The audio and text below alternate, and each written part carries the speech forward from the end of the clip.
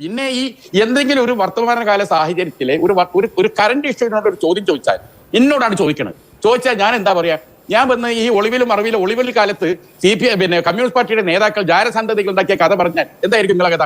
അതാണ് അതിന്റെ ഉത്തരം. 67 ഭരണകാലത്ത് മലപ്പുറം ജില്ലയ്ക്ക് വേണ്ടി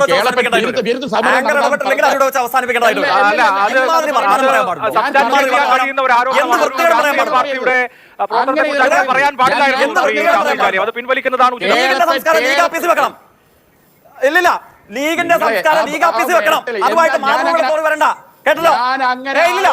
എന്താ ചോദിച്ചത്? ലീഗിന്റെ ആഫീസിൽ വെക്കണം. അല്ല, ഞങ്ങളെ സംസ്കാരം ലീഗിനെ സംസ്കാരം പഠിപ്പിക്കാൻ ആയിട്ടില്ല. അത് കയ്യിൽ വെച്ചാൽ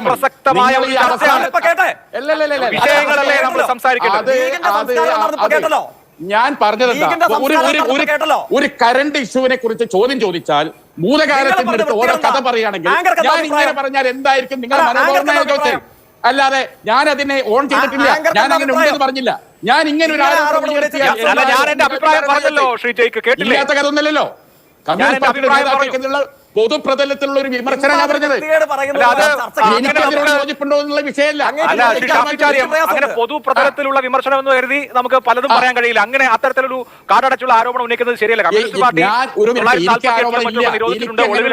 ഒളിവിൽ പ്രവർത്തിച്ചു എന്നുള്ളത് നിയമപരമായി പ്രവർത്തിക്കാൻ കഴിയാത്തത് കൊണ്ടാണ് ആ സമയത്ത് അടിച്ചമർത്തലുകൾ ഉണ്ടായിട്ടുണ്ട്. പക്ഷേ അത് വേറൊരു തരത്തിൽ കുട്ടികളെ ഉണ്ടാക്കി എന്നൊക്കെ പറയുന്ന മട്ടിലുള്ള ആരോപണം ഉന്നയിക്കുന്നത് ദൗർഭാഗ്യകരമാണ്. നമ്മുടെ ഒരു പൊളിറ്റിക്കൽ ഡിസ്കോഴ്സിൽ അങ്ങനെ ഒരു ആരോപണം ഉന്നയിക്കാൻ പാടില്ലാത്തതാണ്. താങ്കൾ അത് പിൻവലിച്ചാൽ ഉചിതമായിരിക്കും. വിഷയത്തിലേക്ക് ഒരു വെറുതെ സമയം കളയല്ലേ? അല്ല, നിങ്ങൾ അങ്ങനെ എല്ലാവരും കൂടി പിന്നെ ചൂരലെടുത്ത് അടിച്ചാൽ ആണ്ട് ശരിയാക്കി കളയാന്നുള്ള മനോഭാവം ഒന്നും വേണ്ട. ഞാൻ അതിനെ ശരിവെക്കുന്നില്ല. എനിക്ക് അങ്ങനെ ജാരസന്ധതി ഉണ്ടാക്കി എന്നുള്ള അഭിപ്രായം ഇല്ലാത്ത ആളാണ് ഞാൻ. നിങ്ങൾക്ക് മനസ്സിലാകാത്തോണ്ടാ, ഇന്നെ പഠിക്കാത്തോണ്ടാ നിങ്ങൾക്ക്. ഞാൻ പറഞ്ഞ ഇത്തരത്തിൽ തലതിരിഞ്ഞ ഒരു ചോദ്യം ഒരുത്തൻ ചോദിച്ചാൽ എന്തായിരിക്കും നിങ്ങൾ ശരിയെന്നായി ചോദിച്ചത്? ഇവിടെ കറന്റ് ഇഷ്യൂ ചർച്ച ചെയ്യുക, അതിന് ഒന്നിനും മറുപടി ഇല്ല. ഈ പ്രേക്ഷകരെ കേട്ടല്ലോ, ഞാനും ശബരിനാഥും അഭിലാഷും ഉയർത്തിയ ചോദ്യങ്ങൾക്ക് ഏതെങ്കിലും ഒന്നിനും മറുപടി ഒന്നും വരാമെങ്കിലും ഒരു മറുപടി ഇല്ലാത്ത പഴയ കഥ. മലപ്പുറം ജില്ലാ വിരുദ്ധായി കേളപ്പൻ കൊടിയെടുത്ത് പോയി. കേളപ്പന്റെ തൊട്ട് പിന്നിൽ കൊടി പിടിച്ച് ഒരുത്തണ്ടായിരുന്നു. അയാളെ പേര് ടി കാംസ് എന്നാ, അറിയോ? അയാളെ പേരെയാണ് നിങ്ങൾ നടക്കുന്നത്. അവിടെ പഴയ കഥ നിർത്തി തട്ടണ്ട. ഗൗരവന്റെ ആത്മകഥ സമയം എടുത്തത് വായിക്കി. മലപ്പുറം ജില്ലയും കാലിക്കറ്റ് യൂണിവേഴ്സിറ്റിയും ഞങ്ങൾ സ്വമേധയാ കൊടുത്തതല്ല. മുസ്ലിം ലീഗ് എന്താണ് വാരി കൊണ്ടുപോയതാണ്. ഇല്ലിക്കെട്ടിനകത്ത് നിന്ന് പഞ്ഞിക്കെട്ട് കുവര എടുത്തതാണെന്ന് ഗൗരിയമ്മ പറഞ്ഞിട്ടുണ്ട്. അതൊന്ന് പോയി വായിക്കി. അതോടെ ആ പഴയ കഥ പറഞ്ഞു ഉമ്മാക്കി പറഞ്ഞിട്ടൊന്നും എന്നെ വരട്ടാൻ വരണ്ട. ഇവിടെ ചോദിക്കപ്പെട്ട ചോദ്യങ്ങൾക്ക് ഉത്തരം വേണം. ഈ PR ടീമിനെതിരെ എന്ത് നടപടിയെടുത്ത് ഗുരുതരപരമായ തെറ്റ് ചെയ്ത് അവർക്കെതിരെ ഈ നിമിഷം വരെ നിങ്ങൾ എന്ത് ചെയ്യും?